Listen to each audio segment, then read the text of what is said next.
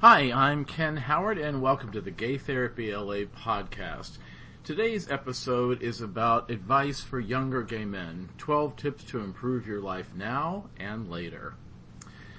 And the reason why I wrote this episode as a topic for us is because you hear a lot about younger gay men teasing each other or even just complaining themselves about not having their life together. And I've really grown as a gay man myself. I was an out, proud gay man by the age of about 20, so not a teen or even early college, but during college at UCLA, I came out and started going out in West Hollywood, and I wasn't even carded because I was like blonde and muscular and a UCLA student, and just people, the doormen kind of waved me in. And I never got in trouble for underage drinking, and they never did. But anyway, it wasn't long before I was really 21 and I could go to the bars. And, it wasn't easy because I was out in Los Angeles on my own. My parents didn't have a lot of money, so I wasn't like a trust fund baby. And I really had to learn a lot of things the hard way. And so as I've grown older as a gay men's specialist therapist now for 27 years, and here we are in 2019, and I'll be 55 this year. And sometimes I like to just share with younger gay men what I've learned over the years that has endured for guy after guy after guy in my practice, my clients. And, there's cultural differences, there's values differences, but I've come up with a list of tips that I think will help younger guys, at least I hope they will. And they don't apply to everybody, but they apply to large numbers. So when people say, girl, get your life together, getting your life together, I think from my I'm not saying I'm the only arbiter of this stuff, but I think as an older gay man who is now more than a little middle-aged, but I've been around since I was, kind of a twink. This is what I've learned. And so I want to share it with you, and I really hope that if you're younger, or even if you're not so young anymore, you'll listen to some of this, and I really hope it makes your life better for implementing. So, as I always like to say, listen to your gay Uncle Ken here, and, these are just some of the tips I've learned over the years with clients, and I want to share them to you. So, and there are 12, so we'll be here a while. Relax. Number 1, get a 401k. Okay, boring, right? But, if you're a young guy right now, in 25 years, you're going to thank me. The sooner you get on a retirement plan, a formal retirement plan, the better you're going to love your life in later decades, like your 40s or 50s or even later. It's relatively painless to have a percentage of your salary, try about 10%, diverted at any income level. Start now, and you can keep it small enough that you won't miss the cash, and you get a tax break, a deduction for doing it. By 2033, it's predicted that Social Security benefits will be cut by 75% unless something changes in the political will of our country to preserve its full benefits. Republicans have been trying to kill the Social Security Act ever since it was introduced by President Roosevelt in the 1930s. It's always been a left versus right, Democrat versus Republican political debate in the United States, where Republicans have hated Social Security because it's paid for by taxpayers, and Democrats have wanted it because President Roosevelt believed that older people should not have to eat cat food in their, golden years after living and working and contributing to the United States for a lifetime. You can see which point of view I'm on. But even though there may be, some political preservation of Social Security, which you're eligible for either after age 65 or actually for younger generation 67 and maybe a little older, you have to supplement it. And the idea is that you're expected to supplement it with some kind of a formal 401k style retirement fund.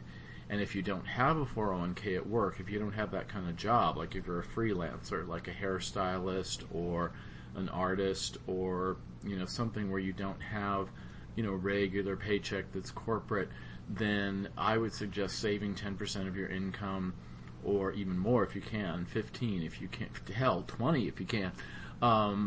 But start saving it now in a brokerage account. I use Vanguard. It's not like a commercial for Vanguard, but if you look at Vanguard.com, you can open an account, I believe, with $3,000. So you could save up $3,000, open your initial account, and then you're off to the races. You become a grown-up investor. Fidelity is another one. Charles Schwab is another one. Brokerage houses. Most of them require about a $3,000 balance to start. So you have to save up for a while to get to that level. But there can be variation. But, despite sounding like a commercial, I think Vanguard's the easiest. So you have to start saving now. The younger you are and the sooner you start saving, the more compound interest will accrue over your lifetime, and the more comfortable that you will be when you're an older guy. So, there's ways of explaining that and a lot of math, but you just kind of have to trust me on this. The earlier you start saving, the less you have to save over a lifetime. That's just kind of the way it works. I use something called a mutual fund ETF, and you can look up what that means. And there's a lot of vocabulary in saving. A financial planner would help if you can get a hold of one. But just reading on the internet, the books by Suze Orman, who's a lesbian, Suze, S-U-Z-E, Orman, O-R-M-A-N. Look up Suze Orman's book, The Money Book for the Young, Fabulous, and Broke, and that'll really get you started, or basically any Suze Orman book. Another great author about how to get your financial, shit together is Jane Bryant Quinn, Q-U-I-N-N. If you read the books by Suze Orman and Jane Bryant Quinn, I can almost guarantee you that you're going to smooth out your financial life. They're just very, very, very smart women who write about financial planning in plain English, and they're the best of the ones that I've seen. There's some others, I don't mean to diss them, but Suze Orman and Jane Bryant Quinn are my absolute favorites, and they've really helped me get it together. There was another one named Dave Ramsey, and I think he might be dead by now, I'm not sure, but he was known to be anti-gay, so I don't really recommend his books because I'm a big boycotter of anti-gay estates or authors. So get a 401k and learn what that's about, because the earlier you start, believe me, the easier it is. That's number one. Number two is be careful with drugs and alcohol. I'm not going to say never indulge, but it's just too pervasive in our culture. Straight and gay culture has some kind of relationship to drugs and alcohol. So, if you have drinks with friends or ingest a little something now and then, the important thing is to stay in control enough to be safe. I see all the time guys get by with some cocktails, use Uber or Lyft, just don't drink and drive. Certainly weed. Weed is even legal in a lot of states now. Maybe a little Molly, also called MDMA, also called ecstasy, or even cocaine here and there, even though you're probably better off not doing that at all. But there is such a thing as relative harm to what you choose to use or do. And absolutely positively no, and I mean not even once, Tina or crystal meth or heroin or other opiates like OxyContin or Dilaudid or one of the prescription ones, unless they're prescribed by your physician for pain management for an accident or something. So, because if you're down or lonely or upset, drugs and alcohol are not the solution to mend your mood. You'll only wake up tomorrow foggy and regretful and still facing the same problems. You celebrate when you're feeling good, not bad. Indulgences should be like the star or the angel on the top of the Christmas tree. They're ornamental to fun events with your friends, but they're not the whole event. So for more information and support on this, stuff that you really can't talk to your parents about comfortably, you should, but nobody does, set an appointment with me and we'll talk about what shrinks call the harm reduction model. And if you or someone you love is already in over your head with substances, drugs or alcohol, let's talk about how someone liberates themselves and other people that they burden from problems with substances. Applying a lot of critical thinking, a lot of harm reduction, smart thinking, with how you approach beer, wine, cocktails, alcohol, or some of the party drugs. I know people disagree with me on that. I know that they say a therapist should be saying all drugs are all bad all the time for all people in all circumstances, but we know that that's not really realistic. So the next best thing to just these blanket no, which I think is kind of paternalistic and infantilizing, which is what the U.S. government does, is to educate yourself and to know your limits and to know what you will do and what you won't do, but especially from a sense of protecting your health and the health of others, particularly by not drinking and driving. Uber and Lyft are absolute godsends, or universe sends, or whoever, because it's harm reduction to avoid the problems like fatal car accidents that come from drinking and driving. So that's number 2. Be careful with drugs and alcohol and how you approach them, and design your approach of what works for you between abstinence and fairly active use, which we see a lot of people doing in all the gay meccas of the United States and the world, all over the world. Number 3 is sun, S-U-N, some.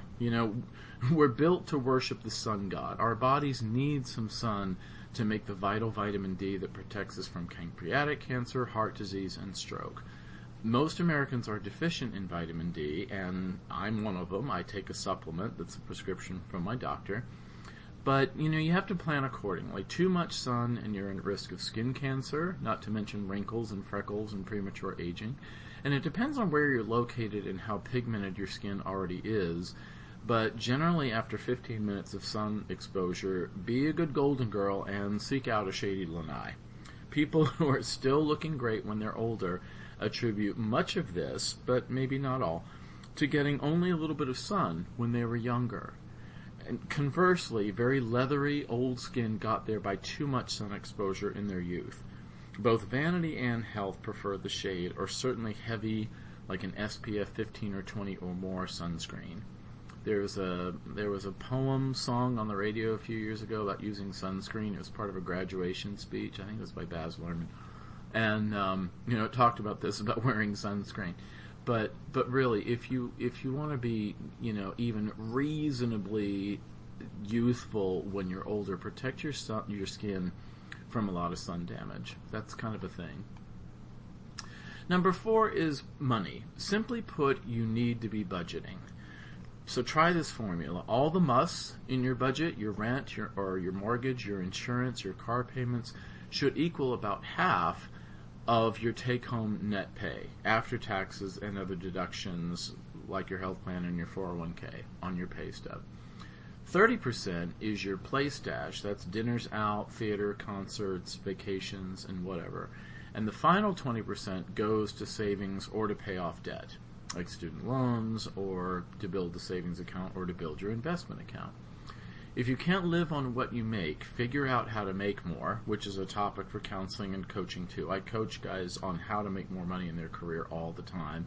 We'll do a podcast episode on that, about extrinsic and intrinsic rewards of work.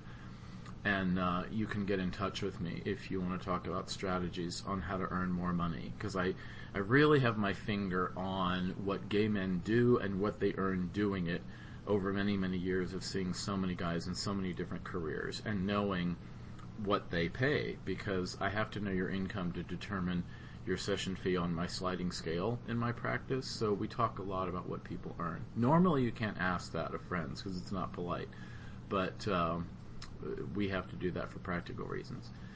So, if you follow those proportions, I'll repeat them again. All the musts are about half your take-home pay. 30% is your play stash of your take-home pay after taxes, and the final 20% goes to savings or to pay off debt. I kind of steal that from David Ray, R-A-E. He is a gay financial planner in Los Angeles. I got it from his blog.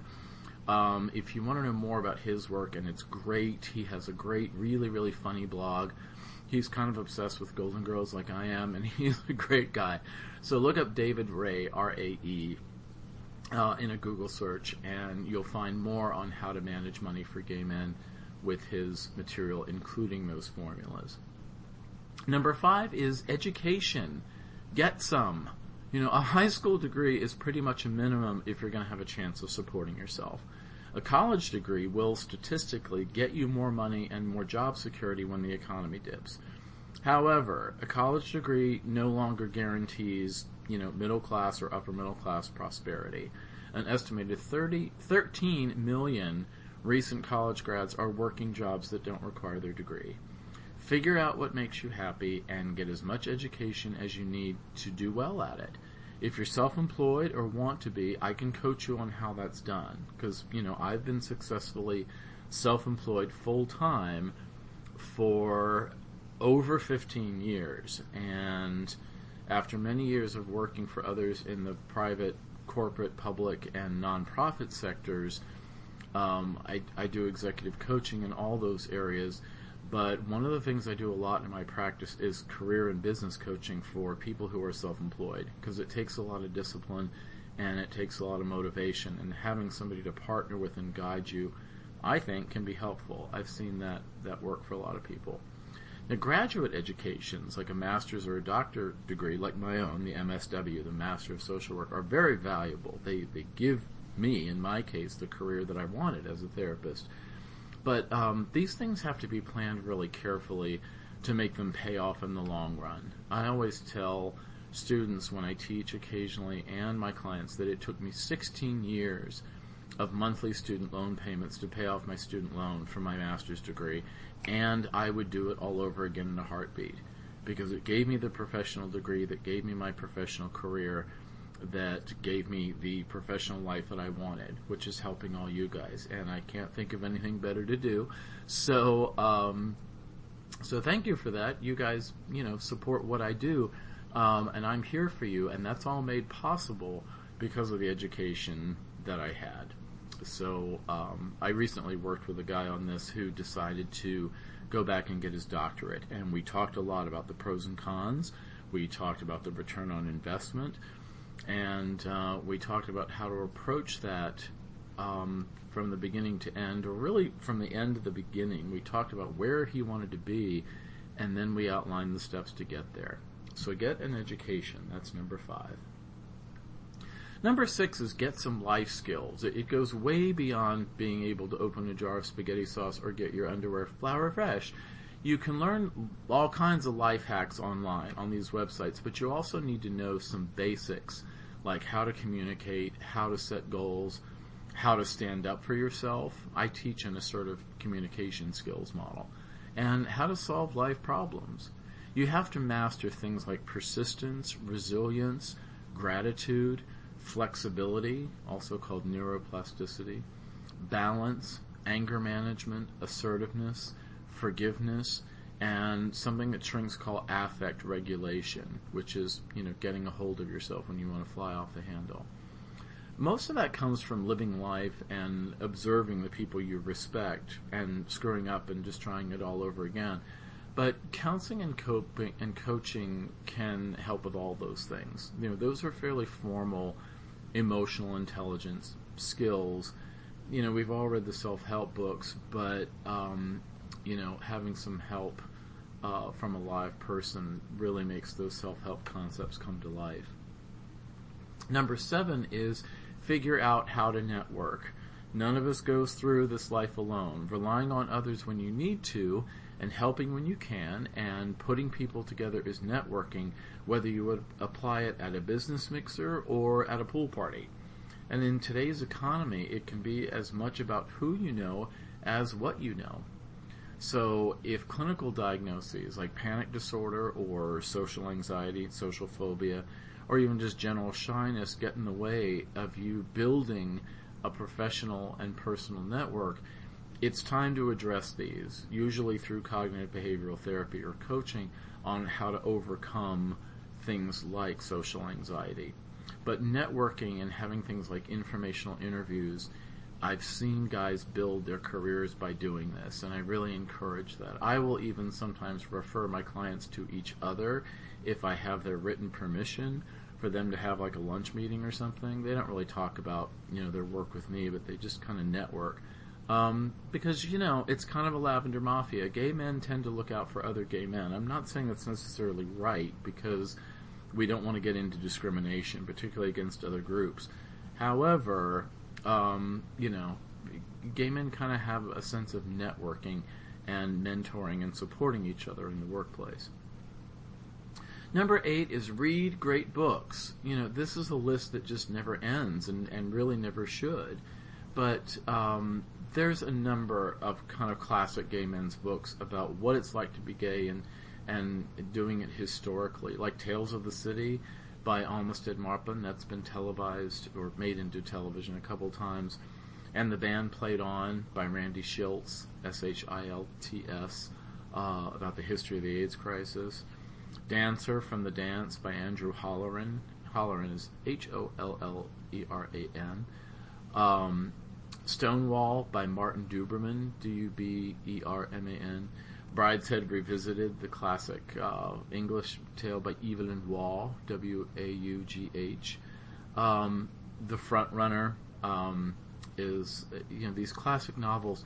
It'll make you feel better about being a gay man to read some of these novels, and they're just classics, and they'll just really support your identity as a gay man. Just read. I incorporate a number of books in my practice with clients because I know from my own experience and the experiences of previous clients how valuable certain books are to success in your personal and professional life.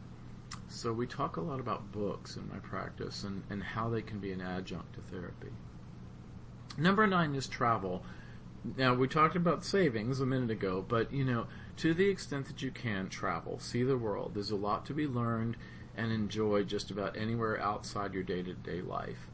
But, just make sure you're heading for a place that's safe and gay affirmative, and, expect that not every place will be even minimally welcoming. There are countries in the Middle East where being gay is illegal, up to and including capital punishment. There are places where being gay is punishable by corporal punishment, like caning or whipping.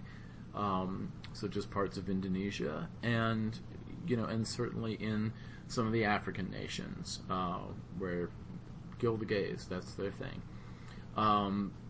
You have to kind of check with maybe a travel agent or check online about which countries of the world are anti-gay and which aren't. Most of Europe is extremely welcoming, more so than maybe even the United States. But as best you can with your savings and your budgeting, try to travel, and the younger the better. Number 10 is about grandparents. This one is simple. If they're alive and in your life, spend as much time talking to them as you can. Do the math. They will pass away by the time you are middle-aged, at best. Take advantage of access to them now if you have it, and their stories and their advice will, like your 401k investments, increase in value over the years. I had all 4 of my grandparents, my mom's parents, my dad's parents, in my life for over 30 years, and what I wouldn't pay for just 5 more minutes to speak with any of them. I would ask them questions I never got around to, but, they taught me a lot, and they taught me a lot about history, and they taught me a lot about family, and they taught me a lot about the world. And even if they're not so gay-friendly, okay, maybe skip that part up to a point. Don't let them, completely disrespect you. But at the same time, try to learn from their perspective. They grew up in a different era. The world was a different place when they were young people. And if you can learn from them what the world was like at firsthand from them and how things have changed, it'll help you to cope with change as you get older yourself.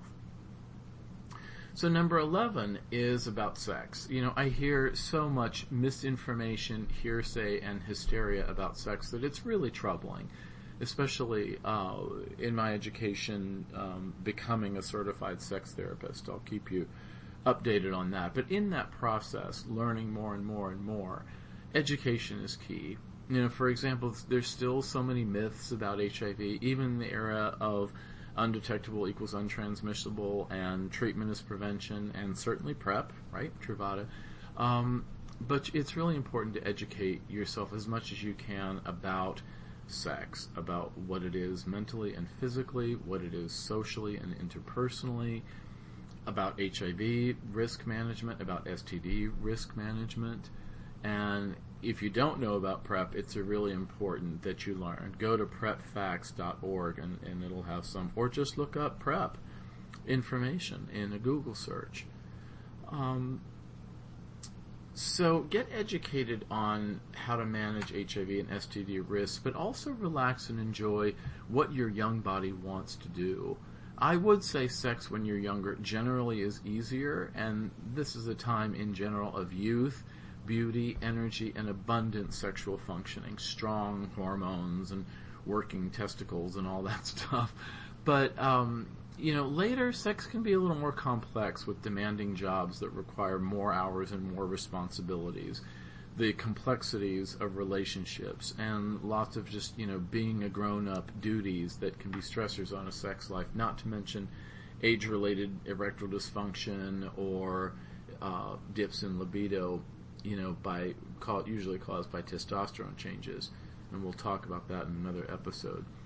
But at this stage, you want to use a lot of critical thinking to defend against all the sex-negative messages you hear, particularly anti-gay sex messages. Consider the source that it's coming from and take it all with a grain of salt. When anti-gay social forces, or even your own peers, try to label you as slutty or, promiscuous, as if the mere frequency of sex or the number of partners is inherently sick, bad, and wrong. Gay men need to be told that they're sick, bad, and wrong one more time like they need a hole in the head. Don't feel like you have to tolerate that projected moralism. Slut-shaming in the gay community is just a leftover from how straight men have treated straight women historically. Like, the only way they had any value as a human being was if they were virgins and they were a straight man's property intended only to serve him with no rights of her own. It's your body, so don't let anyone but you tell you what you can and can't do with it with another consenting adult.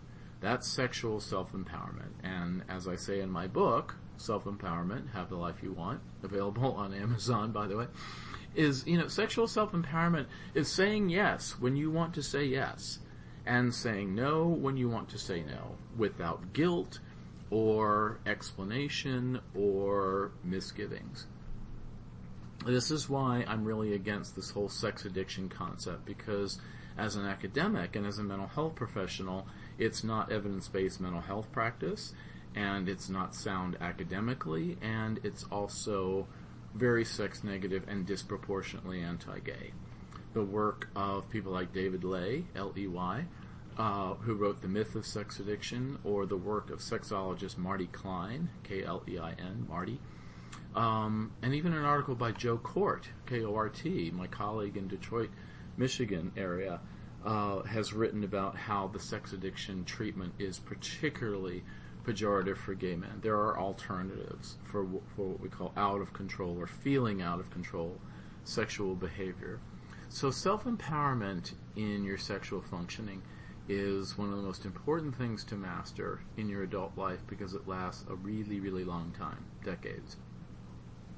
The last one, number 12, is about family. We talk about family of origin, where you grew up with kind of blood relatives, and then we talk about family of choice. You being part of the gay community, having gay friends, having friends maybe across the LGBT spectrum, including allies. But, I would plan your life and your career and even your income so that you get to see your family frequently, assuming that they aren't toxic or dysfunctional. I've lived on the opposite side of the country from most of my family of origin since the time I was in college, and I just didn't have the kind of jobs that let me afford to fly to visit any of them very often. They were all up and down the East Coast. And I really missed the vast majority of seeing my nieces grow up, and I was just sorry that I didn't live closer or earn more to travel more often sooner in the process to be able to afford to see that. So plan ahead now so that you get the face time you need and want with those you love, because the time that passes in your family, you don't get that time back, particularly with grandparents and even with your parents. So I really believe that the best quality of life requires strategizing and planning ahead. Life moves in one direction, forward. So with self-awareness and intention and a strong commitment to the goals and values that help you thrive now, you're setting yourself up for success later, personally, professionally, and socially. And that's what adds up to quality of life over a long period of time. So I hope you found this useful, and remember that Erik Erikson, the therapist and theorist, said that every age that you're at has a challenge and a reward. There's no real age that's any better than others. Some people think it's youth, but I don't know. With age comes wisdom, and generally speaking, people tend to be happier as they're older. I always kind of joke, I wish I had the abs I had when I was 22, but I'm just glad I don't have the bank account I had when I was 22. So, every age kind of has its balance. And so I would say to yourself, what's the challenge that you're going through right now, no matter what age you are, and then what's the reward, and try to make the best of the reward while you mitigate or minimize the downsides. And that's true for any age. So thanks for listening, and if you have topics or questions, please feel free to get in touch. The best way is by visiting the website, and there's a little dialog box there that sends me an email on gaytherapyla.com. And I'd really love it if you would comment and review this podcast on iTunes or wherever you get a chance to review podcasts. That is really helpful to help spread the word that the show exists, and I really appreciate you being ambassadors for the show and recommending it to your friends if you think they could benefit. So thanks, and I'll see you on another episode of Gay Therapy LA. Bye.